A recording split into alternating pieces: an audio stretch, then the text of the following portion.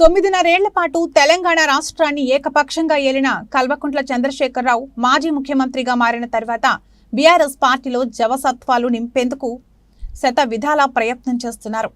ఖమ్మం లాంటి కొరకరాని కొయ్యను తమకు అనుకూలంగా మలుచుకునేందుకు చేసిన ఎత్తు ఇప్పుడు ఆ పార్టీని విమర్శల పాలు చేస్తుంది. కేసీఆర్ నోట వచ్చిన మాట ప్రత్యర్థులకు ఆయుధంగా మారింది. ఖమ్మం పార్లమెంట్ అభ్యర్థిగా నామా నాగేశ్వరరావును గెలిపిస్తే కేంద్రంలో మంత్రి అవుతారని ప్రకటించడం వెనుక ఆంతర్యం ఏంటనే ప్రశ్నలు తలెత్తుతున్నాయి. అటు బీజేపీ కూటమి ఎన్డీఏ, ఇటు కాంగ్రెస్ కూటమి యూపీఏకు సమదూరం పాటిస్తున్నామని చెబుతున్న బీఆర్ఎస్ పార్టీ కేంద్రంలో ఏ పార్టీతో జత కడుతుందనే చర్చకు దారితీస్తుంది. కార్యకర్తలలో గెలుపు ఆశలను సజీవంగా ఉంచేందుకు మాజీ ముఖ్యమంత్రి కేసీఆర్ స్కెచ్ అనే ప్రచారం పొలిటికల్ సర్కిల్లో జోరందుకుంది. నామా నాగేశ్వరరావుకు కేంద్ర మంత్రి పదవీ యోగంపై పొలిటికల్ అనలిస్ట్ మారెడ్డి నాగేందర్ రెడ్డి విశ్లేషణ. ఖమ్మంలో బీఆర్ఎస్ పార్టీ తరఫున బరిలో నిలిచిన నామా నాగేశ్వరరావును గెలిపిస్తే కేంద్రంలో మంత్రి అవుతారని బీఆర్ఎస్ పార్టీ అధినేత మాజీ ముఖ్యమంత్రి కల్వకుంట్ల చంద్రశేఖరరావు చేసిన ప్రకటన ప్రస్తుతానికి పొలిటికల్ సర్కిల్లో మొత్తం చర్చ కొనసాగుతుంది. ఎందుకంటే బీఆర్ఎస్ పార్టీ అటు బీజేపీకి ఇటు కాంగ్రెస్కి సమదూరం ఉన్నట్టుగా ప్రచారం చేస్తున్న నేపథ్యంలో కేంద్రంలో సంకీర్ణ ప్రభుత్వం ఏర్పడితే ఒకవేళ బీజేపీ కూటమి అయిన ఎన్డీఏ కావచ్చు లేదా కాంగ్రెస్ కూటమి యూపీఏ, ఈ రెండు పార్టీలకు సమదూరంగా వ్యవహరిస్తూ ఆ రెండు పార్టీలు టార్గెట్ చేస్తూ తమ ప్రాబల్యం పెంచుకునేందుకు ప్రయత్నం చేస్తున్న బీఆర్ఎస్ పార్టీకి కేంద్రంలో నామా నాగేశ్వరరావుకి కేంద్ర మంత్రి పదవి ఎలా దక్కుతుందనే చర్చ మాత్రం కొనసాగుతుంది. ఎందుకంటే 2 రోజుల క్రితం కల్వకుంట్ల చంద్రశేఖరరావు ఖమ్మంలో పర్యటిస్తూ నామా నాగేశ్వరరావును గెలిపించండి, కేంద్రంలో నామా నాగేశ్వరరావు కేంద్ర మంత్రిగా కొనసాగనున్నారు, రాబోయే సంకీర్ణ ప్రభుత్వంలో చాలా కీలకంగా బీఆర్ఎస్ ప్రభుత్వం వ్యవహరిస్తుందని చెప్పి ఒక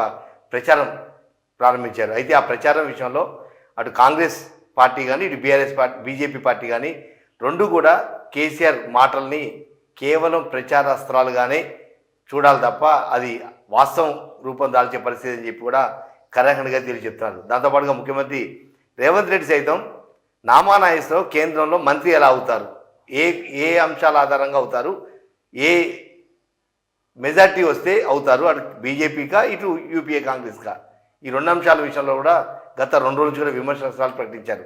అయితే ముఖ్యంగా చూసుకునే మాత్రం నామా నాగేశ్వరరావు ఖమ్మంలో గెలుపు కోసం తన వంతు ప్రయత్నం చేస్తున్నారు. ఆ నేపథ్యంలోనే మాజీ ముఖ్యమంత్రి కల్వకుంట్ల చంద్రశేఖరరావు కూడా ప్రచారంలో భాగంగా కొంత బీఆర్ఎస్ పార్టీ క్యాడర్లో జోష్ నింపేందుకు ఒక ప్రయత్నం చేశారనే ఒక ప్రచారం కూడా కొనసాగుతుంది. ఎందుకంటే కేంద్రంలో సంకీర్ణ ప్రభుత్వం ఏర్పడినప్పుడు బీఆర్ఎస్ పార్టీకి వచ్చే సీట్లు, దాని మద్దతు, ఇవన్నీ కూడా చాలా సుదూరమైన అంశాలని చెప్పవచ్చు. ఎందుకంటే ఇప్పుడు 2014లో కానీ 2019లో కానీ 2 టర్మ్లో కూడా మెజార్టీ సీట్లు వచ్చినా కూడా బీఆర్ఎస్ పార్టీ బీజేపీతో అంటకాగలేకపోయింది. అంటే లోపాయికారికి ఏం జరిగినా బహిరంగంగా మాత్రం బీజేపీ ప్రభుత్వంలో పాలుపంచుకోలేదు. ఈ నేపథ్యంలోనే ఇప్పుడు ఉన్నట్టుండి ప్రస్తుతం జరుగుతున్న లోక్సభ ఎన్నికల్లో 1, 2, 3, 4, 5 సీట్లు, 6 సీట్లు, ఎన్ని సీట్లు వచ్చినా ఒకవేళ బీఆర్ఎస్ పార్టీని అటు కాంగ్రెస్ ఇటు బీజేపీ రెండు కూడా సముద్రం పెడుతున్న నేపథ్యంలో కేంద్ర మంత్రి ఎలా అవుతారనే చర్చ కూడా ప్రజలలోకి కొనసాగుతుందని చెప్పవచ్చు. ఎందుకంటే గెలిపించాలి, తాము చేసిన 9.5 ఏళ్ల పాలనలో అభివృద్ధి ఫలాలు లేదా రైతులకు కానీ ప్రజలకు కానీ సంక్షేమ పథకాలు ఇవన్నీ కూడా చెప్పకుండా కేవలం నామా నాగేశ్వరరావుని గెలిపిస్తే కేంద్ర మంత్రి అవుతారు, మీకు సేవ చేస్తారనే ఒక ప్రచారం మాత్రం పొలిటికల్ సర్కిల్లో మాత్రం విశ్వసనీయత లేని అంశంగా పక్కకు పడేస్తుందని చెప్పవచ్చు. ఎందుకంటే రాష్ట్రంలో ప్రస్తుతం బీఆర్ఎస్ పార్టీ రోజుకి దాని ప్రాబల్యం తగ్గిపోతుంది తప్ప పెరగట్లేదు. ఎందుకంటే కాంగ్రెస్ పార్టీ ఏదైతే 2014-18లో బీఆర్ఎస్ పార్టీ ప్రకటించినట్టుగా ఏదైతే ఫిరాయింపుల సిస్టమ్ ఏదైతుందో అదే ఒరవడి కాంగ్రెస్ పార్టీగా కొనసాగిస్తున్న నేపథ్యంలో రోజుకు ఒక ఎమ్మెల్యే, మండల స్థాయి నేతలు, రకరకాల స్థాయి నేతలంతా కూడా కాంగ్రెస్ కండవ కప్పుకొని జై బోలో కాంగ్రెస్ అంటూ ఆ పార్టీ వైపు చూపుతున్నారు. దీంతో బీఆర్ఎస్ పార్టీ మనుగడే ప్రశ్నార్థకం అవుతున్న తరుణంలో బీఆర్ఎస్ పార్టీ రాష్ట్రంలో 12 సీట్లు గెలుస్తుందా అనేది కూడా ఒక ప్రశ్న తలెత్తుతుంది. వాస్తవంగా ఆ పార్టీ తన మనుగడని కొనసాగించే ప్రయత్నం చేస్తుంది తప్ప బలమైన పార్టీగా మాత్రం ప్రస్తుతం ప్రజలలో ఒక నమ్మకాన్ని కలిగించలేకపోతుంది. ఈ నేపథ్యంలోనే రాష్ట్రంలో జరుగుతున్న 17 పార్లమెంటు నియోజకవర్గాల్లో ఒకటి ఎంఐఎం అది ఆ ఖాతాలో పర్మనెంట్గా ఉన్న నేపథ్యంలో హైదరాబాదు, మిగిలిన 16 నియోజకవర్గాల్లో అటు బీజేపీ, ఇటు కాంగ్రెస్, ఇటు బీఆర్ఎస్ 3 పార్టీలు పోటీ పడుతున్న నేపథ్యంలో బీఆర్ఎస్ పార్టీకి 1 లేదా 2 సీట్లు మినహా అదనపు సీట్లు వచ్చే అవకాశాలు ఏ కోశాన కూడా కనపడలేదు. ఒకవేళ